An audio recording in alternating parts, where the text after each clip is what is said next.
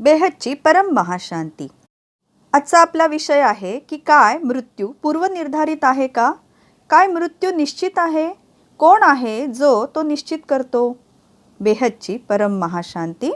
बापूजींच्या मराठी यूट्यूब चॅनलमध्ये आपले सर्वांचे स्वागत आहे. बेहदचे बापूजी म्हणजे अमर्याद विश्वाचे मालक, आपल्या सर्वांचे पिता, आपल्याला परम शांती म्हणून आशीर्वाद देत आहेत. बेहदच्या विश्वसेवाधारी मुलांनो, आज मी तुम्हाला सांगणार आहे की जे सारे मनुष्य आत्मे आहेत, आयुष्यात जो आत्म्यांचा मृत्यू होत असतो, म्हणजे मृत्यू याचे अस्तित्व आहे, ते सर्व पहिल्यापासूनच निश्चित होत असते का? त्याला कोण निश्चित करत असतो? मृत्यूला सुद्धा कोण निश्चित करतो आणि कसे करत असतो?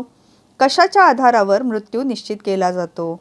कोणत्या कर्मांच्या हिशोबानुसार त्याचा मृत्यू निश्चित होत असतो की अचानक होत असतो? त्याचे काय कारण असावे की कधी-कधी मृत्यू अचानक सुद्धा होत असतो, मग तो हार्ट अटॅकने असो किंवा ॲक्सिडेंटने असो. त्यामागे काय कारण आहे? हे सर्व बापूजी आज आपल्याला सांगत आहेत. हा सर्व आत्म्यांचा हिशोब पहिल्यापासूनच आत्म्याच्या खुद्द कारण शरीरामध्ये रेकॉर्डिंग होत असतो.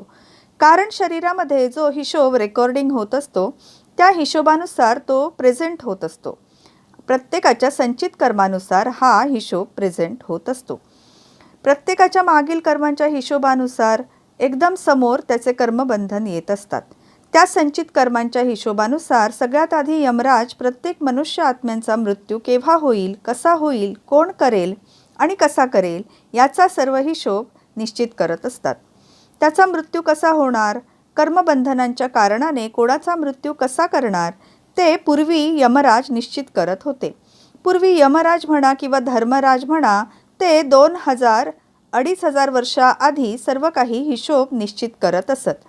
जेव्हा हे सर्व अनेक धर्म, मठ, पंथ, संप्रदायातील आत्मे धर्तीवर आले ना, तर 2000-2500 वर्षापूर्वी अनेक धर्म, मठ, पंथ, संप्रदाय आपल्या धर्तीवर आले. तर कुणी धर्मराज म्हणा किंवा यमराज म्हणा, या सर्वांना नेण्यासाठी यमराज येत नाहीत. हे सर्व ज्यांना मानत आहेत, जो मनुष्य ज्या गुरूंना मानत असतो, ज्या धर्माला मानत असतो, समजा कुणी ख्रिश्चन आहे तर तो ख्रिश्चन देवाला मानत म्हणजे येशूला मानत असतो, तर यांच्या गुरूला मानणारे आत्मे त्यांना नेण्यासाठी येतात. जर कुणी मुसलमान असेल तर मुसलमानांचे आत्मे त्याला नेण्यासाठी येतात. जर कुणी कबीरपंथी असेल तर कबीरपंथीय आत्मे त्याला नेण्यासाठी येतात. मनुष्य ज्यांना मानत असतो त्या गुरूंचे अनुयायी त्या मनुष्याला नेण्यासाठी येतात. आजच्या तारखेला आपण पाहिलं तर 2 ते 2500 वर्षांच्या पूर्वी किती धर्म आलेले आहेत. आता तर ते शिवाला सुद्धा मानत नाहीत, ना ब्रह्मा विष्णू शंकराला मानतात, ना या ब्रह्मांडाच्या आदिशक्ती जगतजननीला मानतात. आत्म्याचे सुद्धा जे पुराणे कायदे केलेले होते ना, त्याला कुणीही मानत नाहीत. ते वेद आणि उपनिषदांना सुद्धा मानत नाहीत, कारण ते या धर्तीवरचे आत्मे नाहीतच. मुळी ते बाहेरून आलेले आत्मे आहेत. लोकांनी आपापले वेदशास्त्र बनवलेले आहेत. कुराण, बायबल यासारख्याच ग्रंथांना मात्र ते मानतात. म्हणजे आपण विचार केला तर या सर्व आत्म्यांना सध्या कोणता नियम लागू पडत आहे? या आत्म्यांचा सुद्धा मृत्यू होतच असतो ना. हे सर्व मग कोणत्याही धर्माचे आत्मे असू द्यात, कोणत्याही अनेक धर्म, मठ, पंथ, संप्रदायातील आत्मे धर्तीवर जे आज मृत्यू पावत आहेत, तर त्यांचा मृत्यू कोण निश्चित करत असतो? त्यांचे धर्मपिता, धर्मगुरू, धर्मपिता निश्चित करत असतात. धर्मगुरू निश्चित करत असतात. इथे यमराज निश्चित करत असतो. याचे काही ना काही कारण तर असेलच ना. मृत्यू पूर्व निश्चित करण्यामागे, तसेच त्या मृत्यूचा तिथी, तारीख, वेळ आणि स्थळ निश्चित करण्यामागे नक्कीच काहीतरी कारण असेल. अशा प्रकारे पुनर्जन्मसुद्धा कुठे होईल का? कसा होईल? मृत्यूनंतर तो आत्मा कुठे जाईल? त्या आत्म्याच्या अंतमती सो गतीनुसार अवस्था होत असते. हे आपण आधी शास्त्रांमध्ये लिहिलेले पाहिलेले आहे.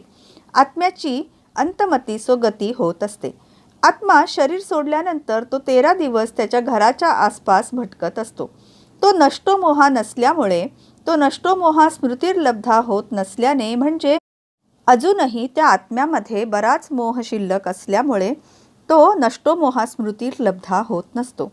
इच्छा मात्रम अविद्यासुद्धा न झाल्या कारणाने तो परत मोह वासनांनी भरलेला असल्याने तो पुन्हा जन्म मृत्यूच्या चक्करमध्ये येत असतो. अचानक मृत्यू आला तर त्याचे कारण काय असते? सर्व 800 करोड आत्म्यांमध्ये जे 60, 70, 80 वर्षांपासूनचे जे आत्मे आहेत यांचा मृत्यू कोण घडवून आणत असतो? आत्म्याला त्यांच्या कर्मानुसार कुणी पण त्यांना गोळी मारतो, तर कुणाचा नैसर्गिक मृत्यू होतो, तर कुणाचा वृद्धापकाळाने, शरीर खूप थकल्याने आणि ते काम करू शकत नसल्याने त्यांचा मृत्यू होत असतो. कधीकधी कोणत्या ना कोणत्या कारणाने आघात झालेला असतो, तर अशा आत्म्याचा अचानक मृत्यू होऊ शकतो. याला आपण हार्ट अटॅकने मृत्यू आला असे म्हणतो. जो मनुष्य आहे तो इच्छा एक करतो आणि होतं मात्र वेगळंच. काही वेळेस तर लोक मृत्यू मागत असतात. कित्येक मनुष्य मृत्यू मागतात. ते खूप दुःखी, परेशान झालेले असतात. मृत्यू मागत असतात. भगवान मला मृत्यू द्या, मृत्यू द्या, मृत्यू द्या असं म्हणून ते मागत असतात. परंतु त्यांना मृत्यू मिळत नाही, कारण मृत्यूसाठी त्याचा हिशेब पूर्ण झालेला नसतो. तो इच्छा मात्र अविद्यासुद्धा झालेला नसतो. मृत्यू अशा वेळेला त्याला का बरे मिळेल? मृत्यू देणारी जी देवता यमराज आहे तो अशा व्यक्तींच्या पासून दूर पळून जातो. म्हणतो की अरे, याला तर मृत्यू द्यायचा नाही, कारण त्याच्या भाग्यात सध्या मृत्यू नाही. आमचा एक व्हिडिओ आहे, भाग्य मोठे की कर्म मोठे? कर्माने भाग्य बनत असते की भाग्याने कर्म बनत असते? संचित कर्मांचा हिशोब कसा होत असतो? स्थूल शरीर, सूक्ष्म शरीर, कारण शरीर यावर सुद्धा एक व्हिडिओ आहे. कारण शरीरामध्ये सर्व कर्मांचे रेकॉर्डिंग संकलित झालेले असते. तिथे कारण शरीरात सर्व काही संचित कर्मांचे रेकॉर्डिंग होत असते. मग ते मन, वचन, कर्मानुसार होत असते. तो सर्व काही संचित कर्मांचा डेटा त्यात पडलेला असतो आणि सर्व काही कर्मांचा हिशोब त्यात रेकॉर्डिंगमध्ये पडलेला असतो. कारण शरीर, महाकारण शरीर, परम महाकारण शरीरातील संचित कर्मानुसार त्याचे भाग्य बनत असते. त्या भाग्यानुसार यमराज त्याचा मृत्यू कधी होणार हे निश्चित करत असतो. आता तर हे यमराज करू शकत नाहीत, कारण की हे सर्व काही धर्मगुरूंना मानत आहेत, या धर्मपित्यांना मानत आहेत. ते यमराजाला मानत नाहीत. या आत्म्यांचा जेव्हा मृत्यू काळ येत असतो, जेव्हा कुणाचा अचानक मृत्यू होणार असतो, तेव्हा सूक्ष्म जगतामधील त्याच्या सूक्ष्म शरीरात, कारण शरीरात सर्व काही गोष्टी रेकॉर्डिंग पडलेल्या असतात. सूक्ष्म जगतामधील आत्मे त्याच्या सूक्ष्म शरीरातील हे सारं रेकॉर्डिंग वाचत असतात आणि त्यांना समजते की याचा आता अचानक मृत्यू होणार आहे. सूक्ष्म जगतामधील कित्येक आत्मे, दुसऱ्या धर्मांचे आत्मेसुद्धा त्याला पकडून घेऊन जाण्यासाठी येतात. परंतु तो ज्या गुरु गोसाव्यांचे स्मरण करत असतो ते सुद्धा त्याला वाचवण्यासाठी येत असतात. ते म्हणतात की नाही, या आत्म्यावर आमचा अधिकार आहे. मृत्यू तर होणार आहे, आत्म्यावर मात्र कंट्रोल नसतो. तो दुसऱ्या आत्म्यांना हाकलून देतो. अखेरीस नंतर त्या आत्म्यांचा अचानक मृत्यू होतो आणि शरीरातून आत्मा हळूहळू निघून जातो. त्याच्या स्थूल शरीरातून त्याचे सूक्ष्म शरीर हळूहळू बाहेर पडते. कुणी गुरु गोसावी ज्यांना ते मानतात त्यांचे स्मरण करत असतात. जे कोणाला तो आत्मा मानत असतो ते त्याला मदतसुद्धा करतात. आधीसुद्धा तुम्ही बेहद ऐकलेलेच असेल ना, की तू ज्याचे स्मरण करशील तर त्यालाच पावशील असे कृष्णाने सांगितलेले आहे. तू ज्याचे स्मरण करशील, जर असुरांचे स्मरण करशील तर असुरांकडे जाशील. असुरांचा आत्मा तुम्हाला घेण्यासाठी येईल आणि तो आत्मा असुरांच्या ताब्यात जाईल. ज्या कोणाचे तुम्ही स्मरण करणार, जर परमात्म्याचे स्मरण केले तर तुम्ही परमात्म्याला पावणार. जर तुम्ही ब्रह्मस्वरूपाचे स्मरण केले तर ब्रह्मस्वरूपाला पावणार. तुम्ही विष्णूंचे स्मरण केले तर विष्णू लोकात जाणार. जर ब्रह्मदेवांचे स्मरण केले तर ब्रह्मापुरीमध्ये जाणार. परंतु कर्मातीत अवस्था तुमची झाली पाहिजे.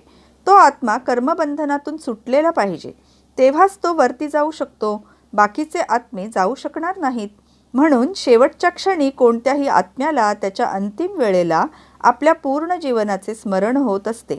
म्हणजे एखादा जसा पिक्चर आपण पाहतो ना, तसे पूर्ण त्याच्या जीवनातील घटना, ठळक घटना त्याच्या नजरेसमोर फिरतात. तर तो इच्छा करत असतो की माझा मृत्यू इथे झाला पाहिजे, तिथे झाला पाहिजे, असा झाला पाहिजे, परंतु त्याला तसा मृत्यू प्राप्त होत नाही. आणि मग तो विचार करतो की मृत्यूनंतर पुन्हा पुढील जन्मात मी इथे जन्म घेईन, माझ्या मुलांच्या घरी जन्म घेईन. पुनर्जन्मासाठी सुद्धा तो विचार करत असतो. तर कोण करेल मृत्यूची मदत? त्याला मृत्यू तर हवा आहे, परंतु मदत कोण करणार? तर त्याला जे मानणारे आत्मे आहेत ना, ज्यांना तो मानत आहे ते आत्मे त्याच्याकडे येत असतात. ते त्या आत्म्याला त्याच्या शरीरातून बाहेर निघण्यासाठी मदत करतात आणि त्या आत्म्याला सूक्ष्म जगतामधून आत्मे येऊन मदत करत असतात. सूक्ष्म जगामधील कित्येक आत्मे एकरूप होऊन त्या आत्म्याला खेचत असतात आणि खेचून स्थूल शरीरामधून बाहेर काढतात. त्याला म्हणतात की हा अचानक मृत्यू पावला. असे अचानक काय झाले? रात्रीच मरण पावला. पत्तासुद्धा लागला नाही. परंतु तो ज्यांना मानत होता त्या आत्म्यांनी त्याला मदत केली. तो ज्यांचे स्मरण करत होता त्यांनी त्याला मदत केली. त्याच्या आत्म्याला भौतिक शरीरातून बाहेर काढले. परंतु त्याचे कर्मबंधन तर नव्हते. कर्मबंधन इथून जाण्याचे नव्हते. तरीसुद्धा त्याच्या आत्म्याला त्यांनी बाहेर काढले. किती कमालीची गोष्ट आहे ही. असे होत असते की जेव्हा तुमचे धर्मगुरू धर्मपित्यांनी पाहिलेले असते की तुम्ही त्यांचे स्मरण करता, तेव्हा ते आपल्या धामामध्ये तुम्हाला घेऊन जाण्यासाठी आपले हस्तक पाठवतात. कारण तुम्ही त्यांचे अंतःकरणापासून स्मरण केलेले असते, खूप सहयोग दिलेला असतो, धर्माच्या कार्यात खूप मदत केलेली असते. अशा आत्म्याला ते भौतिक शरीरातून बाहेर काढण्यासाठी मदत करत असतात. ते म्हणतात की भाऊ यांना लवकर बाहेर काढा, तो तडफडत आहे, दुःखी आहे. कशाही प्रकारे त्या आत्म्याला बाहेर खेचून काढा, कारण त्याला मदत मिळेल. नंतर ते अशा प्रकारे त्या आत्म्याला खेचून बाहेर काढतात. आमचा जन्म घेणे, मृत्यू होणे यावर, जन्म मृत्यूच्या चक्रात येणे आणि त्यातून सुटणे या विषयावर अनेक व्हिडिओज आहेत. आत्मे जन्म मृत्यूच्या चक्रात का येतात यावर आमचे अनेक व्हिडिओज आहेत. Life after death part 1 and 2 असे 2 व्हिडिओज आहेत. यामध्ये खूप सविस्तरपणे ज्ञान प्रदान केलेले आहे. यामध्ये आम्ही अधिक चर्चा करणार नाही. परमशांती. मित्रांनो, समाजामध्ये मृत्यू येणे आणि मृत्यूला प्राप्त होणे या बाबतीत एक खूपच भयावह अशी कल्पना आहे. तर मृत्यू हा एक शाप नसून वरदान आहे हे सर्वांनी जर मानले आणि असे ज्ञानाचे व्हिडिओ तुम्ही ऐकले आणि तुम्ही खूप शेअर केले, तर समाजामधली ही भीती जाऊन लोक मरणाला घाबरणार नाहीत, उलट त्याचा उत्सव साजरा करतील. म्हणून तरी मित्रांनो, हा व्हिडिओ जास्तीत जास्त लोकांच्यापर्यंत तुम्ही शेअर करा. व्हिडिओला लाईक करा, छानसे खाली कमेंट करा, जेणेकरून नवीन लोकांना असे बेहदचे ज्ञान घेण्याची प्रेरणा मिळेल.